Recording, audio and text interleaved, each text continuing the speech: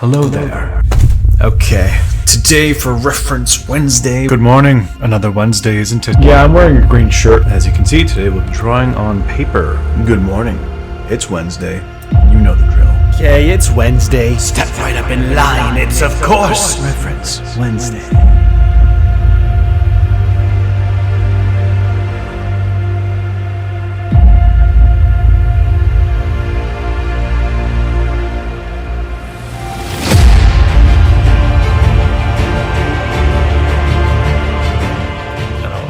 I mean, I'm welcome to critique. I mean, I can improve it and then send her a better one, and then she can print it off again. I'm always down to making it look a lot better. Sure. It's like we want to commemorate this lovely dog. We want to make sure that obviously we're looking there. It's like the question is, how do we make it really featured? That's one part. The other is the form is good. You have like the light side, good. Shadow side, good. Works really well, and a bit of a bounce light or something happen here. However, those values I would probably tweak so that it feels like it has more form. And I guess I would just do that by simplifying things and making sure that there's a strong indication of a like kind of borderline between them. Like anything on this side is going to be dark, everything on this side is going to be light, and then there's going to be some kind of dark border line or shadow line or core shadow between that. So what I'm going to do is just duplicate it. Just going to kill some values, making it darker. I might even add a bit of green in there to kind of get some of that grass bounce light. I'm going to go ahead and use a mask here. And as I said, anything beyond this line is going to be dark. You can actually just do that. And, we'll correct as we go, but right. And then everything on the other side, I actually want to be a little bit brighter with it. So I'm going to use an airbrush for it.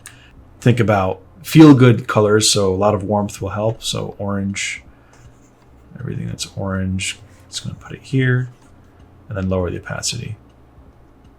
Maybe set that to overlay if we need to, but that would be my setup, right? So that the form reads really well where we have the dark side and the shadow side. If we turn it off, it's there, but it's not reading as realistically. Now it looks like there's actual sunset happening and so on and so forth. So from there, I would probably bring back the values, especially in the face area and the eye. I mean, I don't have the reference, but I'd bring this back to be a little bit brighter. I don't know what it's supposed to look like, but maybe get that, reflection in there or something. The snout area, I'm going to make a layer like this, set that to darken, and then erase with a airbrush if I have. Okay, yeah, to get that form read to work really well there. And those subtle things will kind of make it work really well. And then from here, I would further merge all the dark shadow shape stuff by making a new layer, picking that lighter value of the gray, and just kind of merging it all together because it's not the focal point, right? And then once I have this, I'll then lower that opacity to bring back some of what you already had. But earlier I did mention that we have the focal point there and we want to really feature Clarabelle here.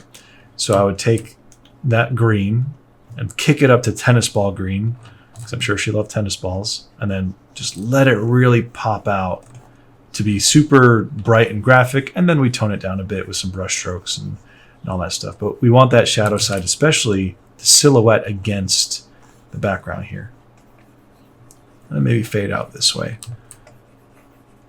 because that's the light side, right? Now it's saying, hey, this is the star of the show, everybody. And then we fade out. Let's grab a brush and do that. And it does start to get more towards pop art or something, but you want to go too far like this, then pull back. I'm going to grab a new layer. I'm going to bring even more warmth, set that to overlay, and just fill that in on this side. And then obviously we went way too far. We bring that down back to maybe 20%, something like that. And then from here, merge it all down and then compare it between the original. So it's good. the information is there, but now we're slamming that information home and saying, hey, look at the form, look at the silhouette popping out against the background, and bringing that warmth out, and especially in the eye area. And then I would probably do a second pass of, okay, what are the next focal points subdivided within there, and saying, okay, well, this is really important, that's really important, that is here as well. Let's bring that reference up and then dive in there and really sharpen those areas. And you don't have to spend too much time, but just a little bit more time on there will take it a long way. So that would be the comparison. Questions? Holy crap, that looks awesome. Hey, it's your painting, not mine. No, I mean, yeah, that's not what I meant by that. But yeah, that just like definitely sends it home, and yeah, I think, yeah, that's awesome. I'm gonna have to do that and resend it. Oh. But yeah, I think that definitely helps with just giving it some 3D.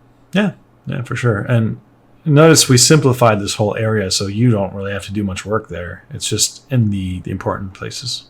So I'm kind of following a formula, for lack of a better word, in constructing those skulls. Why is it that they all look so different?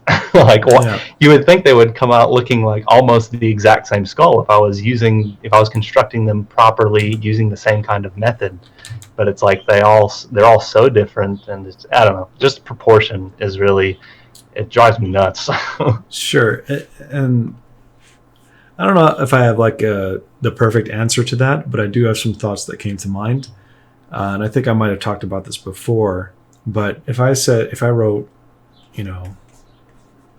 hello, I'm Ahmed, right? If I did it again, it's not going to be even close to being exactly what that is, right? And we study these letters with formulas, with the dotted lines and all that stuff. They're just kind of guidelines for us to work within. Now, I could play around with that and, get all fancy like this and kind of let things overlap and whatever. And even if I tried to do that again, the exact same, it wouldn't be the same. So it's almost like embracing the fact that it's a new experience every time. It's just, if you just do your A, B, C's in the formula enough, when you go to do it without a formula, it'll resemble this, but it'll never be exactly that. Does that make sense? Yeah, for sure. Yeah. So when it comes to, that's to answer the question about why don't all the skulls look exactly the same regarding proportion and shape and stuff, despite it being through a formula.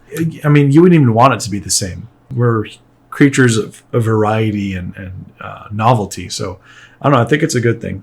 Even when I'm sketching, let's say like I open up my sketchbook and I want to draw heads and faces, like I'm not constructing and like doing whatever. I'm just kind of making shapes. And like, oh, that could be a nose. Yeah. Oh, that could be a brow ridge, and that's a cheekbone. And maybe, yeah, that's a mouth. Oh, look, it's like smiling this time. Cool.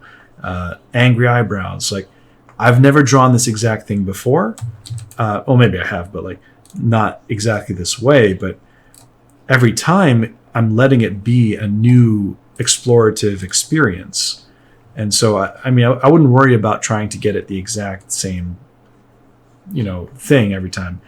Was this done through formula? Not really, but it's done as a result of studying lots of formulas in the same way that this is studying the formula. Then later I'm like, A, B, C, and that's just my way of interpreting it, right? That's to answer that question. To answer the question about proportion and how if you took your time and carefully measured and plotted things out with literal rulers and stuff, you can do it. I think it's the same thing with, like, we can always use letters as the example. So if we drew the letter A as a capital, where we place this can be different. It could be down here, it could be higher, it could be up there. But depending on where you put it, it's going to create a different feeling. So depending on where you place this thing, if it's too far down, it's not really an A anymore. But as we go a little bit higher, okay, it's an A, and it has this kind of heavyweight feeling to it. If we go way up here, it's still an A, but there's a lot of tension. So really it depends on your own sensitivity of what works. So keep that in mind, because when you go to do this stuff, you know, let's say that this represents the A, right? And like where you put this, you know, kind of pretend that it's an A. If you put the line for the nose too low, it'll feel like it's too low as we did it on the A. So you're going to keep doing it over and over again until it hits the sweet spot of what feels right for you, right? And that comes with just doing it over and over again until it's second nature. And then it'll be to the point where, you know, if I did a study of this, I can make it look like it's proportionally accurate. But what I'm really doing is I've gone through all the possible ranges and just settled on the one that looks closest to it. But if you were to overlay it, it's going to be pretty off because I've done my own stylizations and I push things further this way or that way. So I guess the answer is keep doing the careful, slow studies of it, and you know, pay attention to what happens when you go too far this way or that